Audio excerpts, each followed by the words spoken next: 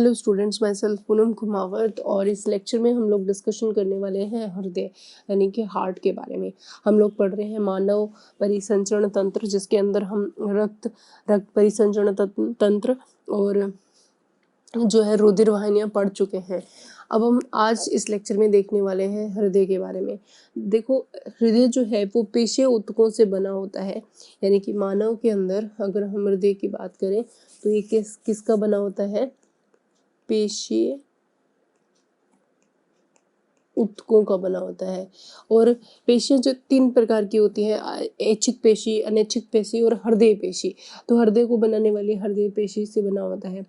मानव का जो हृदय होता है वो मांसल होता है, ठीक है। और इसके आकार की अगर हम बात करें तो ये खोखला होता है और एक बंद मुट्ठी की आकृति हम बोल सकते हैं लिए होता है, ठीक है। अब क्या है, इसका रंग अगर बात करें तो ये लाल रंग का दिखने वाला अंग है हमारे शरीर का।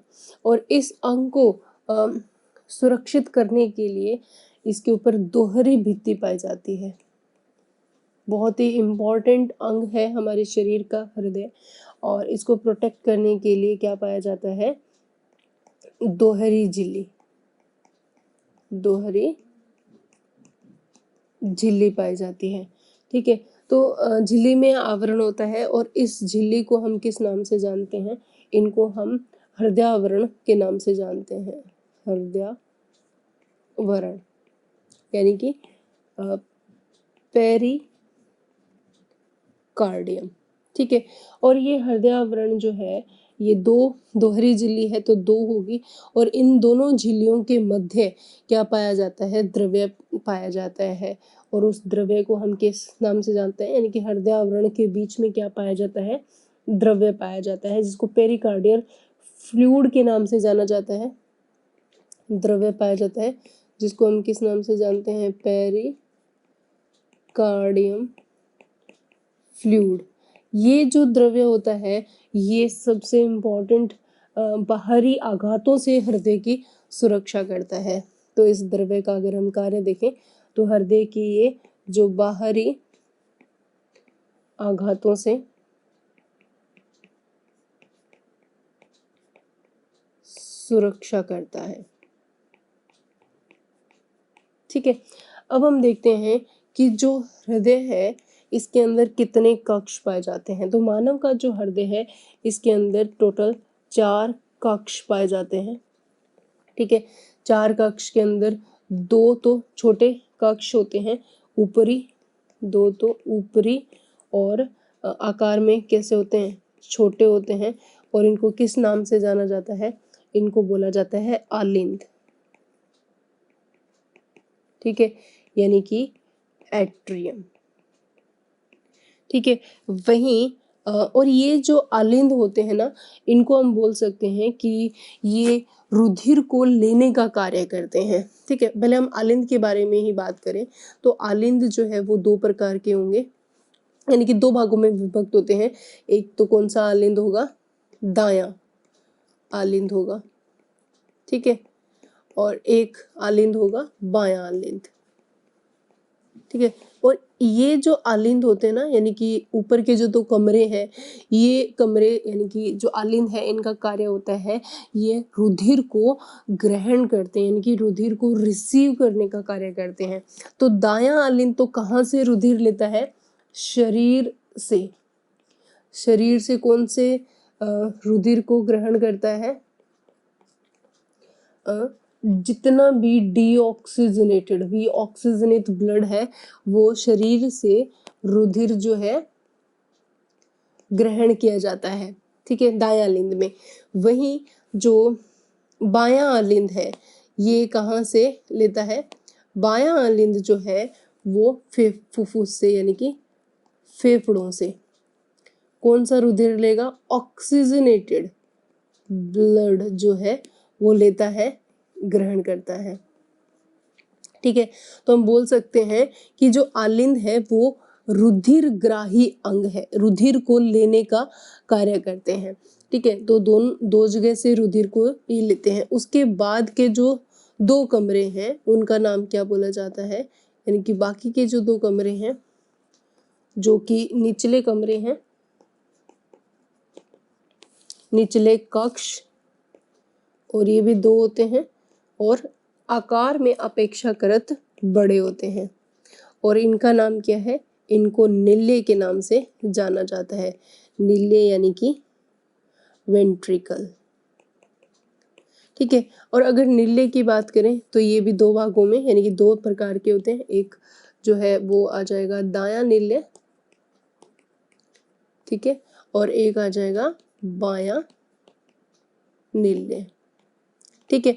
तो अब क्या है, दायां आलिंद जो है दाएं निल्ले में खुलेगा और बायां आलिंद जो है वो बाएं निल्ले के अंदर खुलेगा, ठीक है।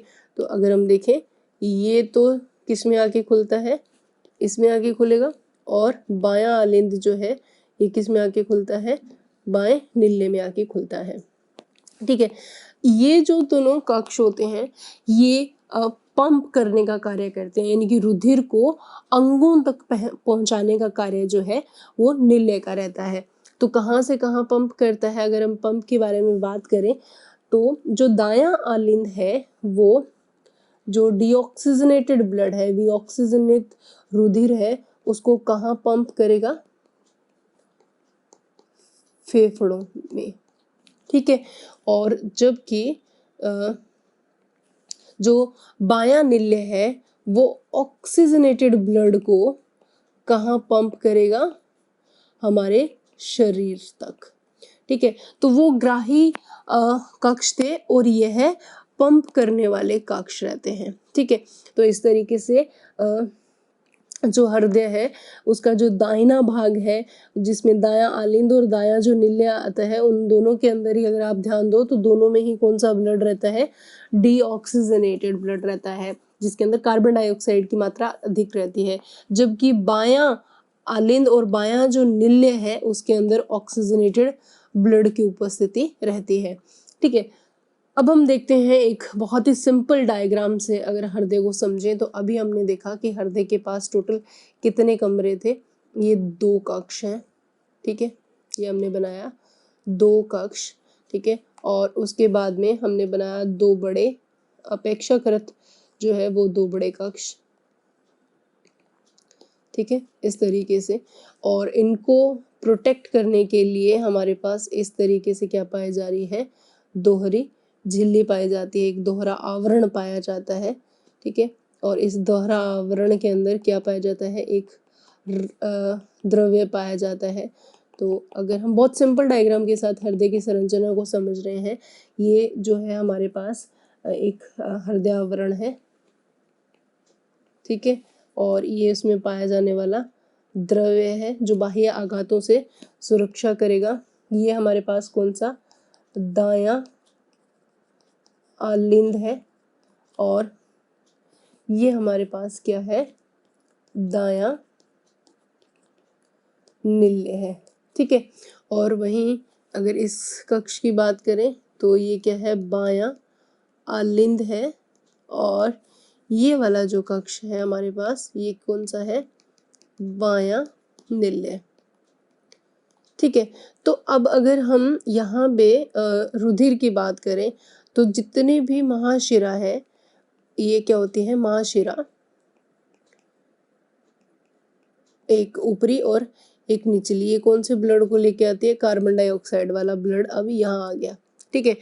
अब यहाँ पे सबसे इम्पोर्टेंट चीजों में समझने की होती है कि आलिंद और निल्ले के बीच एक कपाट पाया जाता है, जो कि बहुत ही इम्पोर्टेंट चीज है, आपको समझनी यहाँ पे पड़ेगी कि जो दायां आलिंद है वो दाहिनी ओर का जो आलिंद और निल्ले है उनके बीच में त्रिवलनीय, ठीक है, कौन सा कपाट पाया जाता है, त्रिवलन, त्रिवलन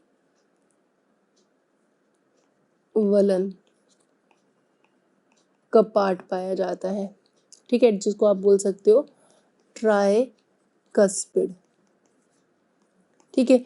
वहीं जो बायां आलिंद है और बाएं निल्ले के बीच में जो कपाट पाया जाता है उसको बोला जाता है द्विवलन, द्विवलन कपाट, या फिर एक और नाम से भी जानते हैं इसको, माइट्रल। ठीक है, यानी कि बाइकस्पिड। ठीक है, इन्हीं से ही रुधिर आगे प्रवेश करता है निल्ले के अंदर।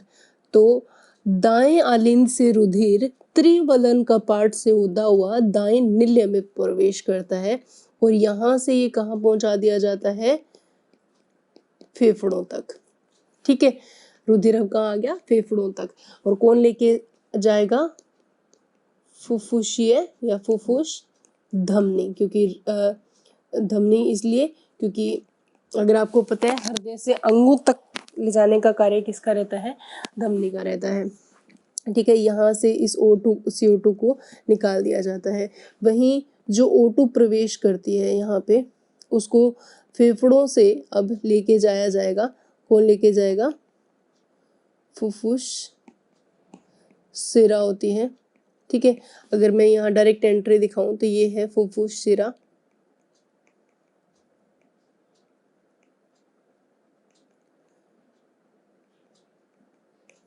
ठीक है, तो ये कौन सा ब्लड लेके आ रही है, ऑक्सीजनेटेड ब्लड। ठीक है, तो बाएं आलिंद में कौन सा ब्लड आ गया, ऑक्सीजनेटेड। ये द्विवलन का पार्ट से ऑक्सीजन ब्लड कहाँ आ गया, बाएं दाएं बाएं निल्ले के अंदर। और यहाँ से एक बहुत बड़ी सी क्या निकलती है, महाधमनी निकलती है, जो कि पूरे शरीर को कौन सा ब्लड पहुंचाएगी, ऑक्सीजनेटेड ब्लड पहुंचाने का कार्य करती है। तो इस तरीके से हृदय की संरचना है, जहाँ पे मैंने आपको डबल सर्कुलेशन के बारे में भी बताया। लेकिन अगर आपने बहुत ध्यान से सुना है तो हमारे हृदय के अंदर लगातार संकुचन और शिथिलन होता रहता है लयबद्ध तरीके से। ये जो लयबद्ध तरीके से जो संकुचन और शिथिलन होता है, तो जिससे ये जो कपाट है द्विवलनीय और त्रिवलनीय कपाट है, इसके अलावा जो फुफ्फुसीय धमनी और महाधमनी में भी अर्धचंद्राकार कपाट पाए जाते हैं, यानी कि यहाँ पे भी कुछ कपाट पाए जाते हैं इस तरीके से, जो कि क्या कहलाते हैं, अर्धचंद्राकार कपाट। यहाँ पे भी क्या होते हैं, इस तरीके से अर्धचंद्राकार कपाट होते हैं। तो ये भी कौन से हैं, अर्ध चंद्राकार कपाट। ठीक है, ये याद रहे तो बढ़िया है। लेकिन अब दो तरह के कपाट हो गए, एक तो हमारे पास त्रि और द्विवलनीय कपाट और एक अर्धचंद्राकार कपाट। इन कपाटों के खुलने और जैसे ही हृदय संकुचन और शिथिलन होता है, तो इन कपाट के खुलने और बंद होने की वजह से हृदय में जो है ध्वनि उत्पन्न होती है, लब और ढब की आवाजें आती रहती है। तो अगर हम कपाट की बात करें हृदय के अंदर, तो कपाट यानी कि वॉल्व। ठीक है, तो अगर हम वॉल्व की बात करें तो हमें किन किन के बीच में, आलिंद व निल्ले के बीच में कपाट देखने को मिलता है।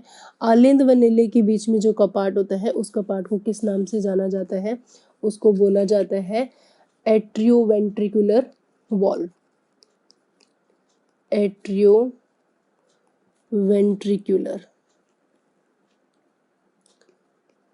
वॉल। ठीक है, तो ये जो है दाएं साइड में अलग और बाएं साइड में अलग होते हैं। अगर दाएं साइड की बात करें तो इसको हम किस नाम से जानते हैं, ट्राइकस्पिड। ठीक है, और वहीं बाएं साइड की बात करेंगे तो यहाँ पे इसको किस नाम से जाना जाएगा, बाइकस्पिड, यानी कि द्विवलनीय और त्रिवलनीय। ठीक है, इसी तरह एक तो ये कपाट पाए जाते हैं। दूसरे जो हमें कपाट देखने को मिलते हैं वो रहते हैं अर्ध चंद्राकार। ठीक है, कपाट ये दो जगह प्रेजेंट होते हैं, एक तो फुफ्फुस धमनी में और दूसरे कहाँ देखने को मिलेंगे, महाशिरा में। ठीक है, तो ये जो कपाट होते हैं, इनके अंदर ये कपाट रुधिर को विपरीत दिशा में जाने से रोकते हैं। पहले तो हम इन कपाट का कार्य देखें, तो इन कपाट का कार्य क्या होता है, कपाट का कार्य देखें तो इनका जो कार्य होता है वो क्या करते हैं, रुधिर को विपरीत दिशा में जाने से रोकते हैं। ठीक है, अब क्या है कि एक सीक्वेंस हम लोगों ने देखी थी कि मैंने अभी भी बताया कि जो हृदय है इनके अंदर दोहरा परिसंचरण तंत्र होता है। जो हमारा हृदय है इसमें कौन सा परिसंचरण तंत्र होता है, द्विपरिसंचरण, द्विसंचरण होता है रुधिर का, जिसके अंदर अगर हमने अभी भी देखा कि किस तरीके से ये दोहरा परिसंचरण तंत्र होता है, तो हम देखते हैं कि जो अपशिष्ट यानी कि डीऑक्सीजनेटेड ब्लड है शरीर से, कौन सा ब्लड निकला, डीऑक्सीजनेटेड ब्लड निकला। कौन लेके आया इसको, महाशिरा लेके आई। किसके पास लेके आई, दाएं आलिंद के पास लेके आई। दाएं आलिंद से ये किसके पास गए, दाएं नीले के पास। ठीक है, किस कपाट ने काम किया यहाँ पे, ट्राइकस्पिड। ठीक है, अब यहां से जो रुधिर है वो किसके पास गया, फुफ्फुस सिरा के पास। ठीक है, और फुफ्फुस सिरा से कहाँ गया, फेफड़ों के पास। कौन सा ब्लड की बात चल रही है, डीऑक्सीजनेटेड ब्लड की, अपशिष्ट रुधिर की बात चल रही है। ठीक है, तो इस तरीके से एक चक्र हमें देखने को मिल रहा है। ठीक है, वहीं फेफड़ों से फिर क्या निकलती है, फेफड़ों से आती है फुफ्फुस, ये धमनी होगी यहाँ पे, ये गलती से लिखा है फुफ्फुस शिरा, यहाँ पे होती है धमनी। ठीक है, क्योंकि ये एक क्या है, अपवाद है। ठीक है, वहीं पे दूसरा अपवाद होता है फुफ्फुस सिरा का, ये भी एक अपवाद है, जो कौन सा ब्लड लेके आ रही है, ऑक्सीजनेटेड ब्लड। कहाँ लेके जाएगी, अब ये लेके जाएगी कहाँ पे, बाएं आलिंद में। आलिंद में दोबारा से प्रवेश हो रहा है ब्लड, कौन सा, ऑक्सीजनेटेड, और यहाँ से बाइकस्पिड वॉल से बाएं नीले में प्रवेश करता है, और यहाँ पे कपाट कौन सा लग रहा है, बाइकस्पिड। ठीक है, और यहाँ से जो ब्लड है वो किस में प्रवेश करेगा, ऑक्सीजनेटेड ब्लड की बात चल रही है, वो जाएगा यहाँ से महाधमनी में। ठीक है, और महाधमनी इस ऑक्सीजनेटेड ब्लड को कहाँ पहुंचा देगी, हमारे शरीर तक पहुंचाती है। तो इस तरीके से हृदय के अंदर क्या चल रहा है, एक कार्डियक साइकिल यानी कि एक हृदय चक्र चल रहा है। ठीक है, तो इसको हम किस नाम से जानते हैं, इसको हम बोलते हैं हृदय चक्र यानी कि कार्डियक साइकिल। तो ये जो हृदय चक्र है इसको चलाने के लिए हमें दो चीजों की जरूरत होती है, जिस एक तो होता है हृदय में संकुचन होता है और दूसरा शिथिलन होता है, शिथिलन। ठीक है, तो ये जो लयबद्ध तरीके से यानी कि जो आलिंद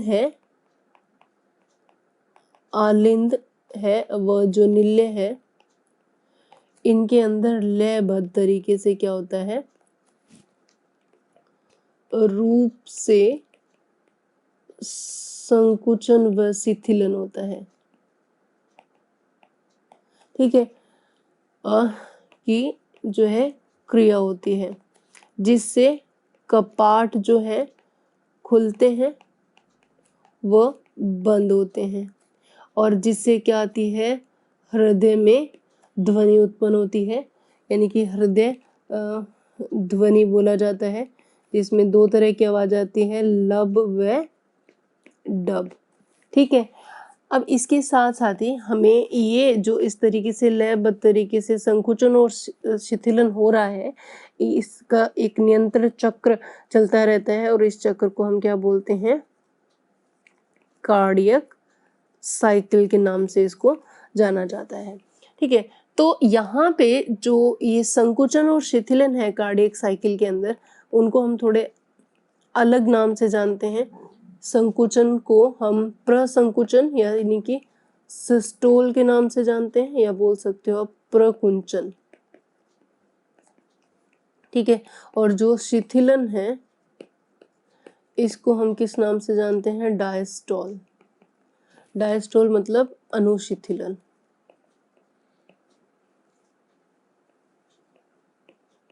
ठीक है, तो इस तरीके से प्रकुंचन और अनुशिथिलन जो है वो हमें देखने को मिलता है।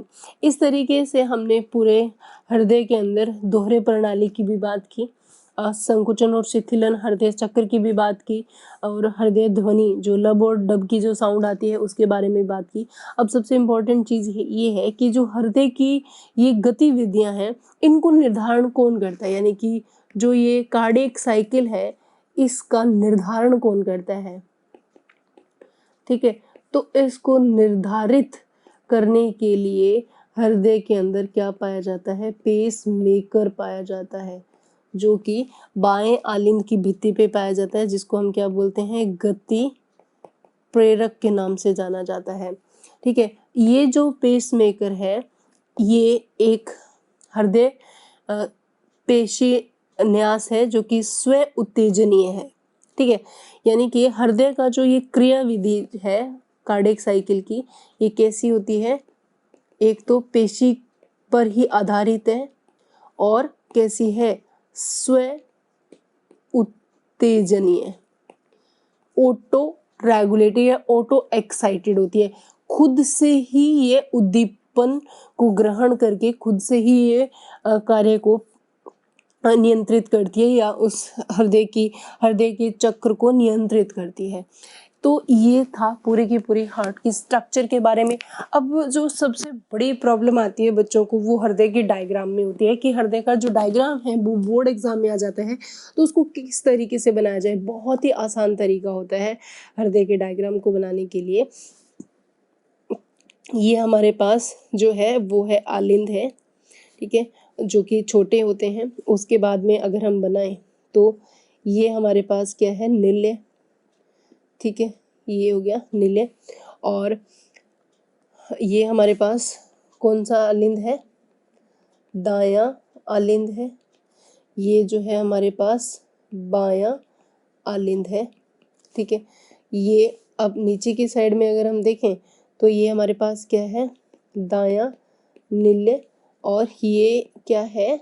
दायां निल्य, बायां निल्य।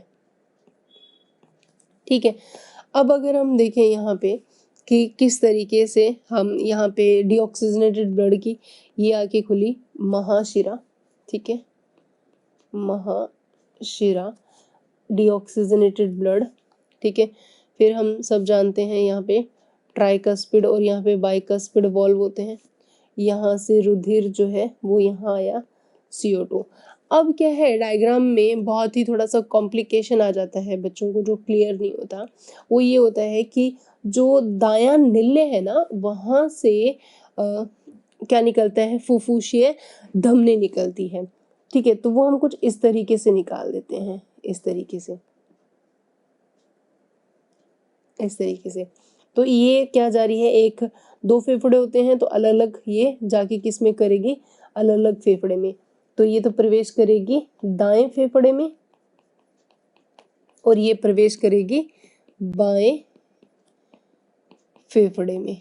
ठीक है, और ये क्या है? यहाँ पे अर्धचंद्राकार का पार्ट पाया जाता है, और ये क्या है? फुफ्फुस सिरा, फुफ्फुस सिरा धमनी। ठीक है, और कौन सा ब्लड लेके जा रही है? अपसिस्ट ब्लड को लेके जा रही है। तो ये इस तरीके से अपसिस्ट ब्लड जो है यहाँ से इससे होता हुआ अब दोनों फेफड़ों की तरफ जाएगा, इस तरीके से। ठीक है, अब वहीं पे अगर हम देखें जो फेफड़े हैं वहां से ऑक्सीजनेटेड ब्लड आएगा। तो ये मान लो दाएं से, और ये आया बाएं से, और ये क्या है? फुफ्फुस शिरा है। कौन सा ब्लड लेके आएगी? ऑक्सीजनेटेड ब्लड लेके आएगी। कहाँ से? फेफड़ों से। ये ऑक्सीजनेटेड ब्लड आ गया। बाइकस्पिड वॉल से ऑक्सीजनेटेड ब्लड कहाँ आ चुका है, हमारे बाएं निल्ले में, और यहाँ से क्या निकलती है, एक बहुत बड़ी सी जो है वो धमनी निकलती है। ठीक है, इस तरीके से एक बहुत बड़ी सी हमने क्या बना दी, धमनी। ठीक है, ये इस तरीके से ये क्या है, धमनी का चाप है। ठीक है, और ये हमारी क्या कहलाती है, अर्धचंद्राकार कपाट यहाँ पे पाए जाते हैं, और ये क्या है, महाधमनी, जो कौन सा ब्लड लेके जाती है, ऑक्सीजनेटेड ब्लड लेके जाएगी और हमारे पूरे शरीर में। तो यहाँ से जो ऑक्सीजनेटेड ब्लड है वो बाएं निल्ले से ऑक्सीजनेटेड ब्लड फिर इस तरीके से एक चाप बनाता हुआ हृदय के ऊपर से पूरे शरीर में प्रवेश करता है। तो इस तरीके का थोड़ा सा डायग्राम जो है वो हमें देखने को मिलता है।